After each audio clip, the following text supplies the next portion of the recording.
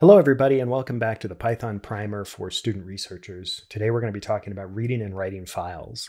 And regardless of your field, you're going to need to access data from a wide variety of sources. And most of those sources are going to be in the form of files. Those could be files on your computer, or there could be files located on the internet.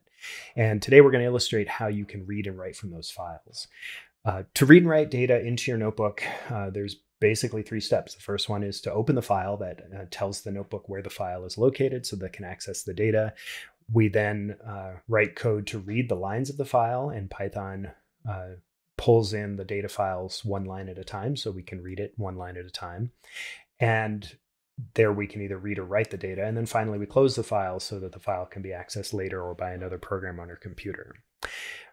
So this is going to require some loops because Python accesses the data file one line at a time. So we're going to need a loop to loop over all the lines. And in order to do this, we're going to use some data that I found from Sunspots. And the link to that is going to be in the notebook for this class. All right, so let's go ahead and get started. So the first thing we have to do is identify the location of the file. So I usually call this my file name because it happens to represent the name of the file that I have stored on my computer. And the data file that we're downloading here from that web address is this comma-separated valued file called sn_d_tote version 2.0. This is a historical catalog of all of the sunspots that have been recorded across the surface of the sun over time. So let's go ahead and take a look at this data file. I said it was comma separated. It's actually separated by semicolons, but we'll talk about how to designate the character that is acting as the separation here. But this is the, just columns of data. And the first thing we have to do is figure out what all this stands for. So let's go ahead and take a look at that data set. If I go over to the link that I gave you for the sunspot data, I got this file from the total number of sunspots here, and I just downloaded the CSV file. So this is the daily total sunspot number from January 1st, 1818 until now. And if I click on the info button, it's going to tell you what each of those columns mean, right? So if I look down here, column 1 is the year. So I'm going to go and open up that file so you can take a look at this. And as you can see, this is basically columns of data. These are separated by a semicolon in this case, not a comma, but we'll show you how to designate that in a second. But we have the first column, second column, third column, and so forth. So if I go over here to the daily sunspot number, you can see the first column is the year, second column is the month, the third column is the day, right? So year, month, day. And then I have the date in fraction of a year, which is handy if we want to make a graph of those things. And then we have the daily sunspot number and so forth. So that just shows you how you can read that. That's the first step, is to figuring out what all the columns are. This is commonly referred to as the metadata. It's the data about the file rather than the data itself, which is in the file. Sometimes that's at the top of the file itself, but other times it's in a separate document. Okay, but once we have that, we know what we want to do here is we want to read in the dates. So if I was going to analyze this is a nice numerical value. And then I'm going to read in the number of sunspots. And we notice all these -1s here. That's typically a designation for missing data. So if I go back and look at my metadata here, you'll see that if you have a -1 in any of these columns, then that data did not exist. So it says a value of -1 indicates that no number is available. So we'll have to just keep that in mind when we're reading that in. We probably want to skip reading in those negative values. All right, so let's go ahead and see what we have to do to read in this file. So the first step is I identify the file name. And the second step is I open the file. So I can say file equals open. And then I just put the file name in here and say read in quotation marks. Now you might ask, why didn't I just put this right in there? And you could do it that way, but oftentimes the file name is coming from another source. So I like to separate them in case I'm asking for user input or if I'm looping through a number of files. That way I don't have to keep replacing this. So I just specify the file name and then drop it in there. And if I hit return, shift return there, that's just going to read, that's going to basically hook this file variable to the top of that file, that CSV file that we want to open. Okay, so once we have our data file there, the next thing we have to do is create some containers to store the information we want. So looking at that data file, there were 3 numbers that I was interested in. The first one is the date, so I'm going to make an empty list to hold the dates. The number of sunspots, I'm going to create an empty list to hold that. And then they also had the standard deviations of those daily numbers. I'm going to go ahead and do empty list for that. So these are empty containers that, as I loop through the file, will show me, allow me to put that data in a variable that I can access later. All right, well, here's where we need our for loop. I'm going to just go ahead and enter those in there. So now those empty containers are there for me to use.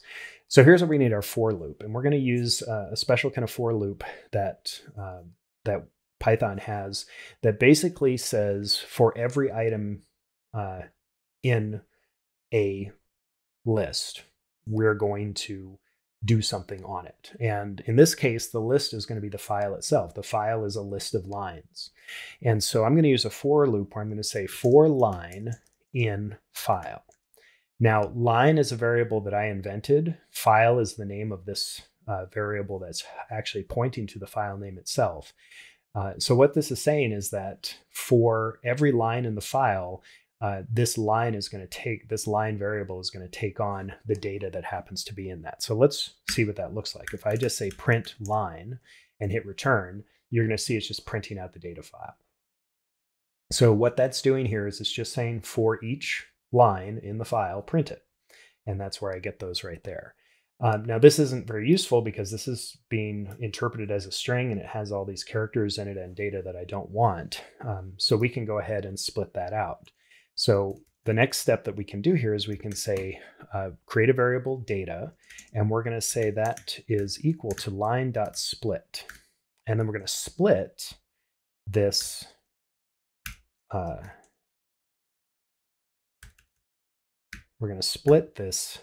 on the semicolon.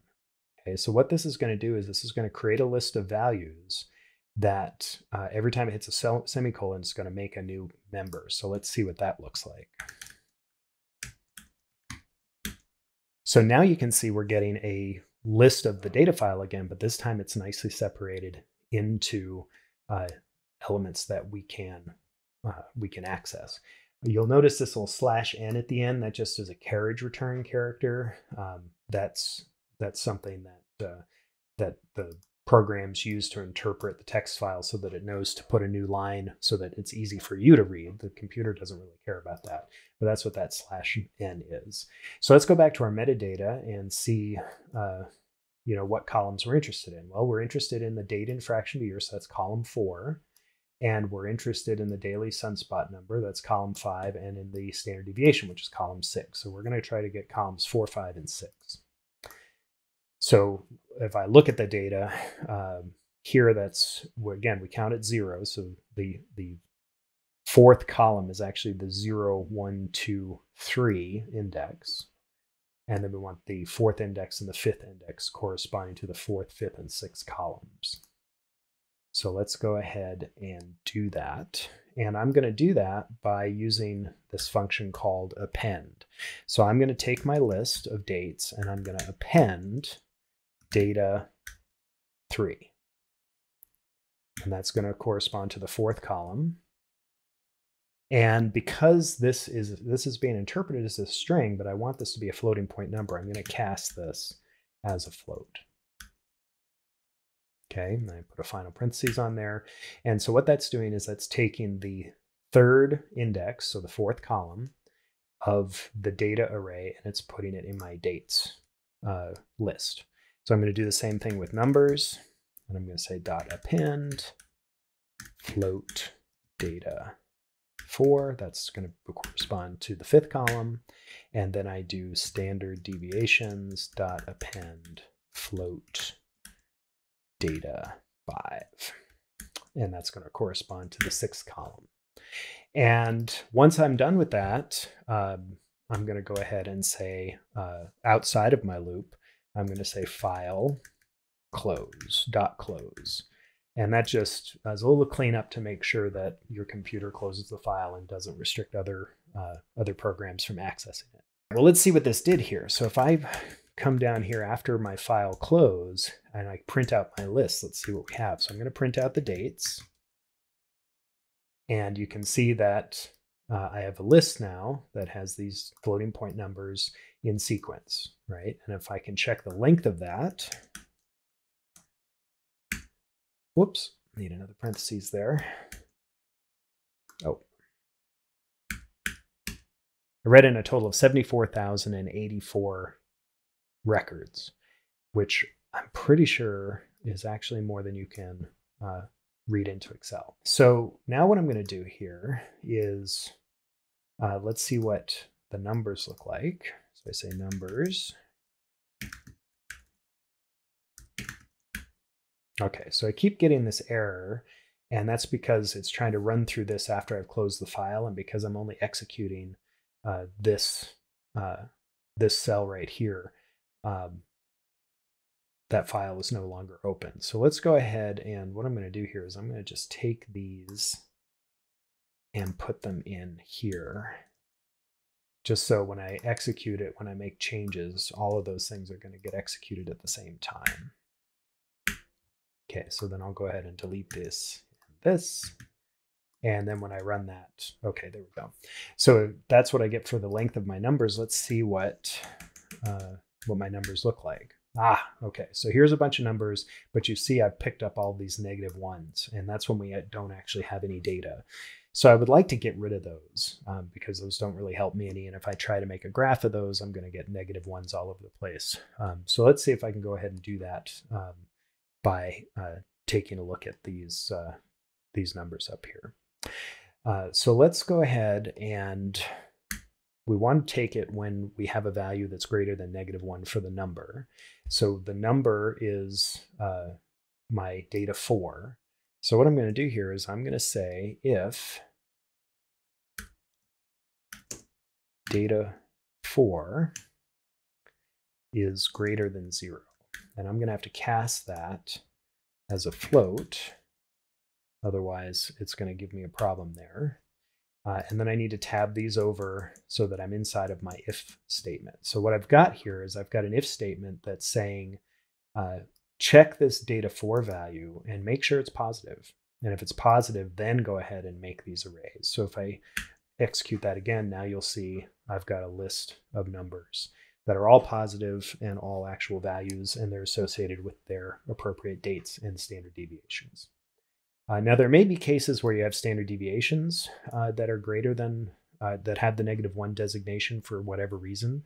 So you might want to just do an additional check to make sure that the standard deviations are positive.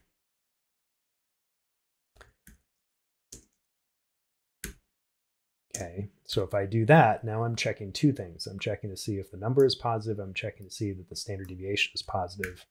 And we can go ahead and print out the standard deviations just to check. Yep, that they're all positive. Okay, so this gives you an idea of how we access files and the processes we go through to get the data. Now I have lists of arrays, or I have lists of numbers that I can do calculations with. One thing you might want to do is redefine these as NumPy arrays, and you can do that again by just putting the list in there like that. Whoops, of course I have to import my NumPy first, import NumPy as MP. And now if I look at the type, so if I print type dates, before and after I do that, you'll see that it changes from a list to a NumPy array. So you might want to do that, and you could even do that at any point after you read the data in, and that just puts it back into the numerical arrays that we were using last time. Not strictly necessary for plotting, but sometimes if you want to do analysis, that's something you want to do. Okay, so just to recap real quick on reading in the file, we give it a name, we open it, we designate some containers to store our data, and then for each line in the file, we split out the data based on the character that's separating the columns, and then we usually do a check to see that the data is good that we want, and then we append those to our arrays and we close the file. If you have a file that's separated by other characters, such as commas or spaces or tabs or colons or anything, just change this character to the thing that it's separated by, and it will split those out. Okay, in the next video, we're going to show how to do the same thing, but accessing the information from the internet.